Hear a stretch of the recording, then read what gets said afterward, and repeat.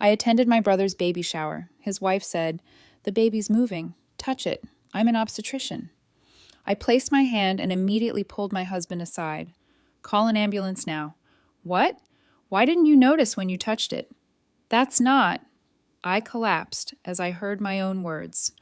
"My name is Dr. Carolyn Chen, and I'm a board-certified obstetrician with 15 years of experience. I've delivered over 3,000 babies, handled countless high-risk pregnancies, and seen just about every complication you can imagine. But nothing, and I mean nothing, prepared me for what happened at my brother's baby shower 6 months ago. My brother David is 2 years younger than me, and we've always been close, despite taking very different paths in life. While I went to medical school and built a practice, David became a successful software engineer. He's always been the more trusting one between us, sometimes to a fault. When he married Jessica 3 years ago, I had my reservations, but I kept them to myself. She seemed nice enough, though something about her always felt off to me. Maybe it was the way she would change the subject whenever anyone asked about her family or her past. Maybe it was how she seemed to have an answer for everything, even when the questions were about things she shouldn't have known. The baby shower was held at their house in the suburbs, a beautiful colonial they bought when Jessica announced her pregnancy. About 30 people were there, mostly David's friends and colleagues, a few neighbors, and some relatives from both sides. Jessica's family was notably absent, which she explained by saying they lived too far away to travel. I remember thinking that was odd, since she'd never mentioned them living far away before. But I didn't press the issue. My husband John and I arrived around 2:00 in the afternoon. The house was decorated with blue and white balloons, and there was an impressive spread of food. Jessica looked radiant in a flowing blue dress that accentuated her obviously pregnant belly. She was about 7 months along, according to David, and glowing with that pregnancy radiance that expected mothers often have. "Carolyn, John," David called out as we entered. "So glad you could make it. Jess has been looking forward to showing off the baby bump to the expert." Jessica laughed and walked over to us, her hand resting on her belly. "David's told everyone you're the best obstetrician in the city. I've been dying to get your professional opinion on how everything's going." I smiled and congratulated her on the pregnancy. She looked healthy, and her belly certainly looked appropriately sized for 7 months. We made small talk about due dates and preparations, and I found myself relaxing. Maybe my earlier reservations about Jessica had been unfounded. The afternoon progressed normally. We played the typical baby shower games, opened presents, and everyone cooed over the tiny clothes and baby gear. Jessica was the center of attention, graciously accepting congratulations and advice from the other guests. She had this way of making everyone feel included, asking about their own children and families. Around 4:00, as the party was winding down, Jessica was sitting on the couch opening the last few gifts. She suddenly gasped and put her hand on her belly. "Oh my God, he's really active today," she exclaimed, drawing everyone's attention. "He's been kicking up a storm all afternoon, but this is something else." Several of the women gathered around, and Jessica invited them to feel the baby move. I watched as they each placed their hands on her belly, their faces lighting up with wonder as they felt what they believed to be the baby's movements. "Carolyn, you have to feel this," Jessica called out to me. "Your nephew is going to be a soccer player." I approached somewhat reluctantly. As a professional, I typically don't mix my medical expertise with family social situations, but everyone was watching, and I didn't want to seem standoffish. John was already standing next to Jessica, having just felt the baby move himself. "The baby's moving. Touch it," Jessica said, guiding my hand to her belly. The moment my palm made contact with her abdomen, I knew something was terribly wrong. What I felt wasn't the normal movement of a fetus at 7 months gestation. It was wrong in every possible way. The movement was too superficial, lacking the deep internal pressure of actual fetal movement. The rhythm was mechanical rather than organic. And most importantly, the location and pattern were completely inconsistent with how a real baby moves at that stage of pregnancy. I kept my hand there for a few more seconds, trying to process what I was feeling. My medical training kicked in, and I began mentally cataloging the possibilities. What I was feeling could only be explained by one thing, and it made my blood run cold. I managed to keep my expression neutral as I stepped back and smiled at Jessica. "Very active indeed," I said, but my mind was racing. I caught John's eye and nodded toward the kitchen. "John, could you help me get something from the car?" I asked, trying to keep my voice steady. John looked confused, but followed me toward the kitchen. Once we were out of earshot of the other guests, I grabbed his arm gently but firmly. "Call an ambulance. Now," I whispered urgently. "What? Why?" John asked, his eyes wide with concern. "Didn't you notice when you touched it?" "That's not," I started to say, but the words caught in my throat. The realization of what I was about to say, what it meant for David, what it meant for everyone here, hit me like a physical blow. I collapsed against the kitchen counter, my legs suddenly weak. John caught my arm, his face filled with alarm. "Carolyn, what's wrong? You're scaring me." I looked at him, then back toward the living room, where I could hear Jessica's laughter mixing with the other guests. My brother's voice carried over the sounds of the party, happy and excited about his upcoming fatherhood. "That's not a baby moving," I finally managed to whisper. "What I felt, John, that's not fetal movement. That's something else entirely." John's face went pale. "What do you mean?" "I mean, Jessica isn't pregnant, at least not with a viable pregnancy. What I felt was consistent with a pseudoscience, but that doesn't explain the movement. The only thing that could explain what I felt is—" I paused, not wanting to say the words aloud. "Carolyn, you're really frightening me. What did you feel?" I felt what seemed like deliberate manipulation of something inside her abdomen, something that was designed to mimic fetal movement but wasn't. "John, I think Jessica has been faking this entire pregnancy." The words hung in the air between us like a death sentence. John stared at me, his mouth open in shock. "That's impossible," he whispered. "Look at her. She's obviously pregnant. Her belly, her whole body has changed." "Prosthetics," I said grimly. "Very sophisticated ones. What I felt was likely some kind of mechanical device designed to simulate fetal movement. The positioning was wrong. The timing was wrong. Everything about it was wrong. But why would she do that?" I thought about David's excitement over the past 7 months, his plans for the nursery, his talks about being a father. I thought about the baby shower gifts, the congratulations, the way Jessica had been the center of attention for months. "I don't know," I said, "but we need to call for help.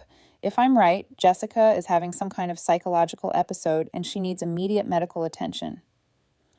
John was already reaching for his phone when we heard Jessica's voice from the living room, louder now, more excited. "Oh my God, something's wrong," Jessica cried out. "The baby, something's happening." John and I rushed back to the living room to find Jessica doubled over on the couch, her hands clutching her belly. The other guests were gathered around her, their faces filled with concern. "The baby stopped moving suddenly," Jessica gasped, "and now I'm having pain, sharp pain." David was kneeling beside her, his face white with panic. "Should we call 911? "I already did," John said, holding up his phone. "They're on their way." I approached Jessica carefully. As a doctor, I had a duty to help, but I also knew what I had discovered. I needed to be very careful about how I handled this situation. "Jessica, I need you to try to stay calm," I said in my most professional voice. "Can you describe the pain?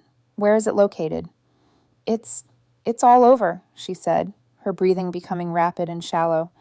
The baby was moving so much and then nothing. Complete stillness, and now this pain." I looked at her carefully. She was a good actress. I had to give her that, but I could see the signs now that I knew what to look for. The way her hands moved over her belly was wrong. The way she was breathing didn't match someone experiencing genuine pregnancy complications. The ambulance arrived within minutes, and the EMTs rushed in with their equipment. I identified myself as a physician and briefly explained the situation as I understood it, though I didn't mention my suspicions about the fake pregnancy. As the EMTs began their assessment, I pulled David aside. "David, I need to ask you something, and I need you to be completely honest with me." "Of course, Carolyn. What is it?" "Has Jessica been seeing an obstetrician regularly throughout this pregnancy?" David nodded. "Yes, Dr. Rodriguez downtown. She's been going to all her appointments."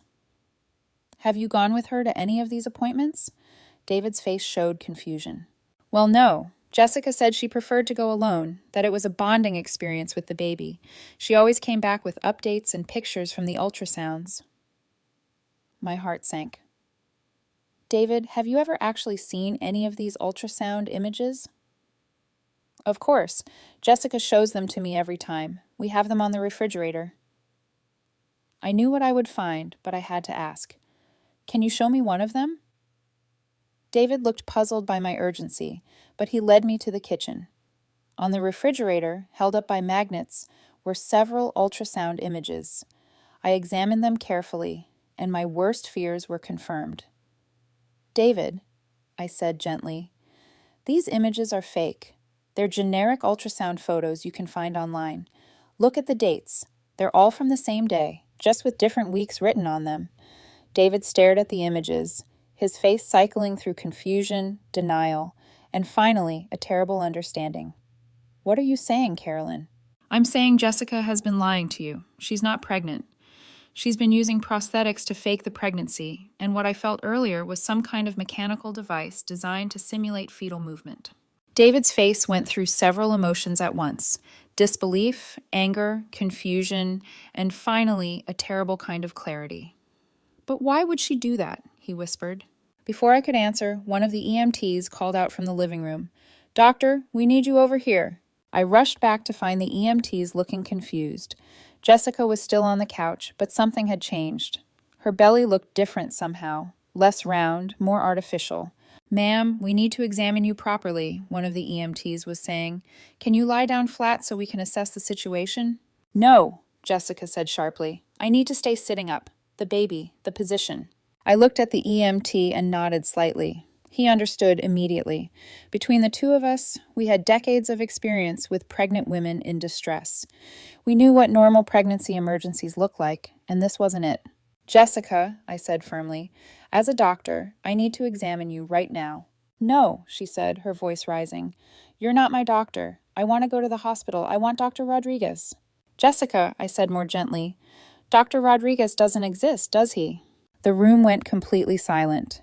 Every eye was on Jessica, and I could see the exact moment when she realized her deception was over. Her face changed, the mask slipping away to reveal something desperate and frightened underneath. She started, then stopped. Her hands moved to her belly, and I could see her struggling with whether to continue the charade or confess. "Jessica, please," David said, his voice breaking. "Just tell me the truth. Are you pregnant?" The silence stretched on for what felt like an eternity. Then slowly, Jessica's hands moved to her belly, and she began to carefully remove what turned out to be an incredibly sophisticated prosthetic pregnancy belly system. The device came apart in sections: an outer shell that had been secured with medical-grade adhesive, and an inner mechanical component that had created the artificial movement. The room erupted in shocked gasps and exclamations. David stared at the fake belly in Jessica's hands, his face a mixture of disbelief and betrayal. "Why?" he whispered. "Why would you do this to me?" Jessica's composure finally cracked completely. Tears streamed down her face as she looked at the room full of people staring at her in shock and disgust. "I'm sorry," she sobbed. "I'm so sorry. I wanted to make you happy. I wanted to give you what you wanted most." "By lying to me for 7 months?" David's voice was rising. "By making me believe I was going to be a father? By letting me plan for a child that doesn't exist?" I thought maybe I would get pregnant for real," Jessica said desperately. "I thought if I just had more time, if I could make it seem real, maybe it would become real." I stepped forward, my medical training taking over. "Jessica, this is a serious psychological condition. You need help, professional help. What you've done here isn't just a lie. It's a complex delusion that has affected everyone in this room." "Get out," David said quietly. "Get out of my house now." "David, please," Jessica begged. "I love you. I just wanted to make you happy." "You wanted to make me happy by lying to me, by letting me plan for a child that doesn't exist, by letting me tell everyone I know that I'm going to be a father?" David's voice was getting louder with each word. "Do you have any idea what you've done to me?" The other guests were beginning to leave, murmuring among themselves about what they had just witnessed. I could see the shock and embarrassment on their faces. Some of them had given expensive gifts, offered advice, shared their own pregnancy stories with Jessica. "I think everyone should go," I said quietly. "David, Jessica needs medical attention. The EMTs should take her to the hospital for a psychiatric evaluation. No, Jessica said, backing away from the EMTs. I'm fine. I just made a mistake. I'll leave. I'll go stay with friends. I don't need to go to the hospital. But it was too late for that. The EMTs had already called for backup, and within minutes, a crisis intervention team arrived. After a brief consultation, they determined that Jessica needed to be taken to the hospital for evaluation. As they were preparing to take her away, Jessica looked at David one last time. I really do love you, she said. I know you'll never forgive me, but I need you to know that everything I felt for you was real. The pregnancy was fake, but my love for you wasn't. David didn't respond. He just stared at her with a mixture of pain and disgust that I had never seen on my brother's face before. After Jessica was taken away, the house fell silent except for David, John, and me. We stood in the living room surrounded by baby shower decorations and unopened gifts, trying to process what had just happened. 7 months, David said finally. 7 months of lies. 7 months of planning for a child that was never going to exist. David, I'm so sorry, I said. I should have said something earlier. I had a feeling something was off about Jessica, but I never imagined anything like this. You couldn't have known, David said, sinking into his chair. How could anyone have known? Who fakes a pregnancy for 7 months? Who does that to someone they claim to love? Over the next few days, the full extent of Jessica's deception became clear. When David went through her things, he found an entire elaborate setup in their bedroom closet, multiple prosthetic pregnancy bellies in different sizes designed to simulate different stages of pregnancy. The mechanical device I had felt was a sophisticated piece of equipment that could be programmed to create different types of movement patterns.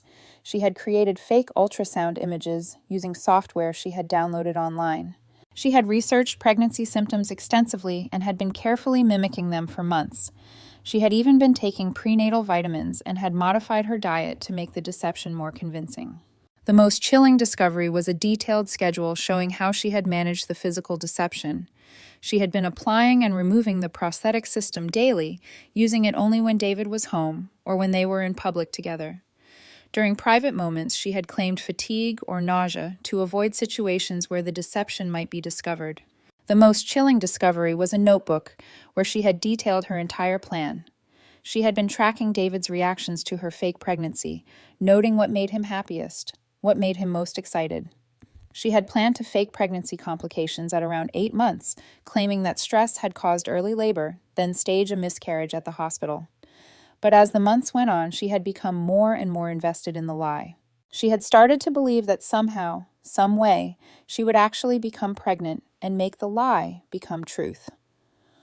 When that didn't happen, she had begun planning more elaborate deceptions, including potentially trying to obtain someone else's baby to present as her own.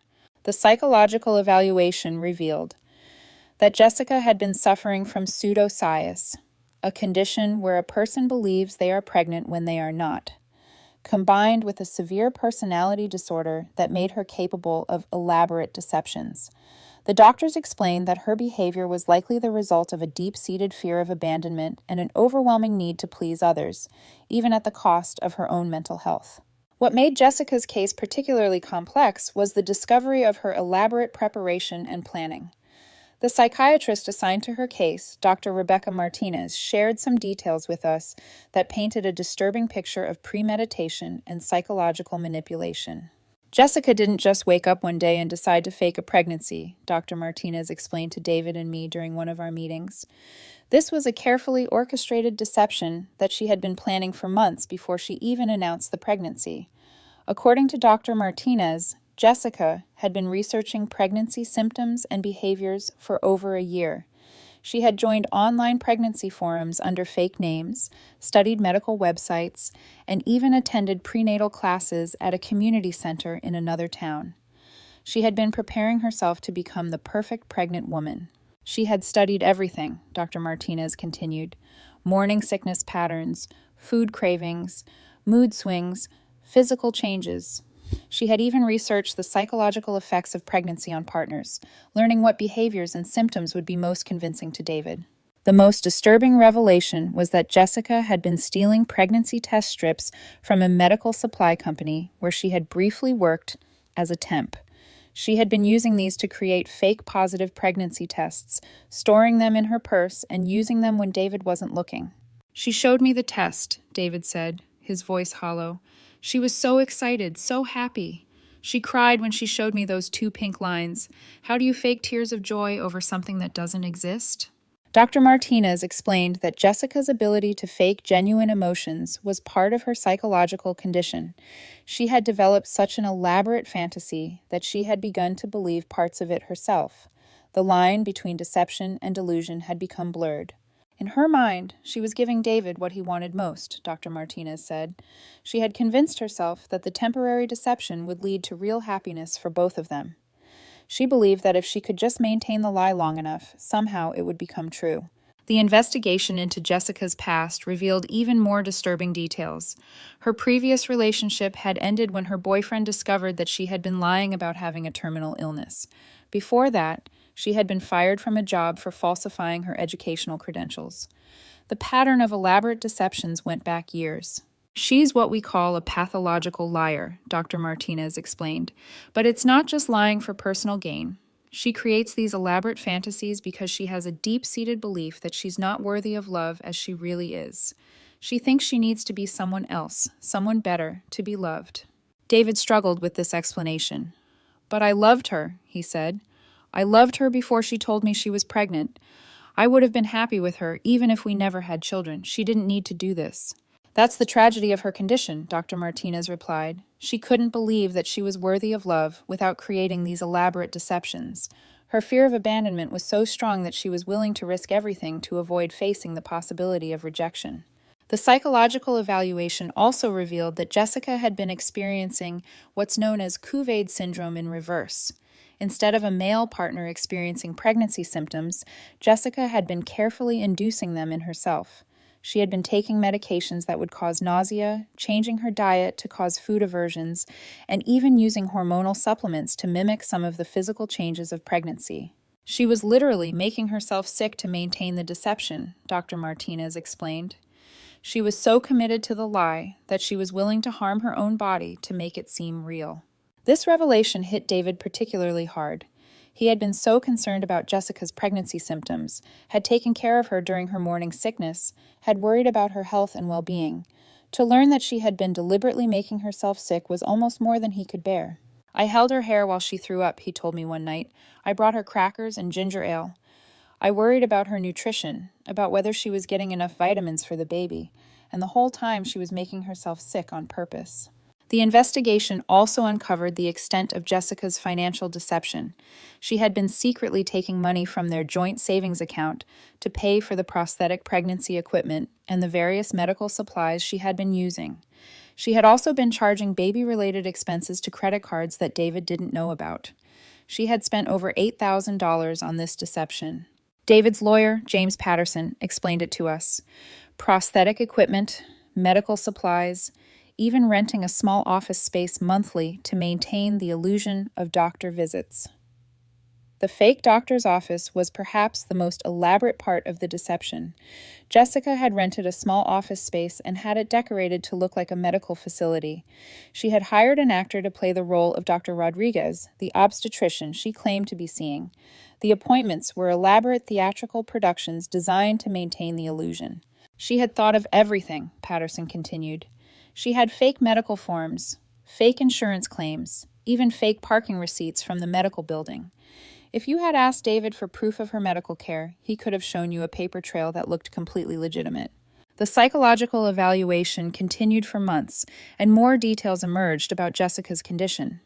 She had been diagnosed with what's known as factitious disorder, a condition where someone deliberately produces or feigns physical or psychological symptoms in order to assume the role of a patient. "It's different from malingering," Dr. Martinez explained, because the person isn't doing it for external rewards like money or avoiding work. They're doing it because they have a psychological need to be in the patient role, to receive care and attention. In Jessica's case, the factitious disorder had evolved into something more complex. She wasn't just seeking medical attention for herself. She was seeking the attention and care that comes with being an expectant mother. She wanted to experience the special treatment, the excitement, the planning and preparation that surrounds pregnancy. She was addicted to the positive attention, Dr. Martinez said. Every time someone congratulated her on the pregnancy, every time someone asked about the baby, every time someone offered to help her or give her advice, she got a psychological reward. She became addicted to being the center of attention. The most heartbreaking aspect of the psychological evaluation was learning about Jessica's own childhood. She had grown up in a family where love was conditional, where she had to earn attention through achievement or by creating drama. Her parents had divorced when she was young, and she had spent her childhood trying to get their attention by creating problems that would force them to focus on her. She learned early that being sick or having problems was a way to get love and attention. Dr. Martinez explained, this pattern followed her into adulthood, where she continued to create elaborate problems as a way to get the care and attention she craved. Understanding Jessica's psychology didn't make David feel any better about what she had done to him. If anything, it made him angrier. So, she destroyed my life because she had a bad childhood? He asked. She made me believe I was going to be a father because her parents didn't love her enough? It's not that simple, Dr. Martinez replied. Her condition doesn't excuse what she did, but it helps explain it. She wasn't setting out to hurt you. In her mind, she was trying to create the perfect family that she never had. The psychological evaluation also revealed that Jessica had been planning to fake a miscarriage. But as the months went on, she had become increasingly desperate to find a way to make the pregnancy real. She had been researching fertility treatments and had even considered trying to adopt a baby illegally to present as her own. She had contacted several adoption agencies under false pretenses, Dr. Martinez explained. She had been trying to find a baby that would be available around her supposed due date. She was planning to claim that she had given birth prematurely and present the adopted baby as her own. This revelation was perhaps the most chilling of all. Jessica hadn't just been lying about being pregnant. She had been planning to obtain an actual baby to maintain the deception. The implications were staggering. She could have kidnapped someone's child, David said, his voice shaking. She could have stolen a baby to maintain her lie. How far was she willing to go? According to Dr. Martinez, there was no limit to how far Jessica might have gone. Her psychological condition had been escalating, and she had been becoming increasingly disconnected from reality. The fake pregnancy had become more real to her than her actual life, Dr. Martinez explained. In her mind, she was pregnant. She was going to have a baby, and she was going to be a mother. The fact that none of it was real didn't matter to her anymore. The psychological evaluation concluded that Jessica was a danger to herself and others, and she was committed to a long-term treatment facility. She would need years of therapy to address the underlying psychological issues that had led to her elaborate deception. She's not a bad person, Dr. Martinez told us. She's a very sick person who did a terrible thing, but with treatment, there's hope that she can learn to form healthy relationships based on truth rather than deception. David wasn't interested in Jessica's potential for recovery. He was focused on his own healing, on finding a way to move forward after such a devastating betrayal. The psychological evaluation had given him answers about why Jessica had done what she did, but it hadn't made the pain any less acute. David filed for divorce immediately.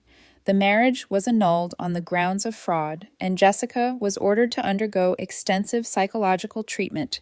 She was also required to pay back the money that had been spent on baby preparations and to compensate the guests who had brought gifts to the shower. The legal proceedings took months, during which David stayed with John and me. He was a shell of his former self, barely eating, barely sleeping. The betrayal had cut him so deep that he questioned everything about his relationship with Jessica, wondering what else she had lied about, what else had been fake. I keep thinking about all the times she touched her belly and talked to the baby, he told me one night. All the times she said she could feel him kicking. All the times she made me feel like I was already a father. How do you fake that? How do you lie about something so fundamental? I didn't have an answer for him. In all my years of medical practice, I had never encountered anything like this. I had seen women with pseudosciasis who genuinely believed they were pregnant. But Jessica's case was different. She had known she wasn't pregnant, had planned the entire deception, and had carried it out with calculated precision. The story made local news and then went viral on social media. The details were so bizarre, so unbelievable, that people couldn't stop talking about it.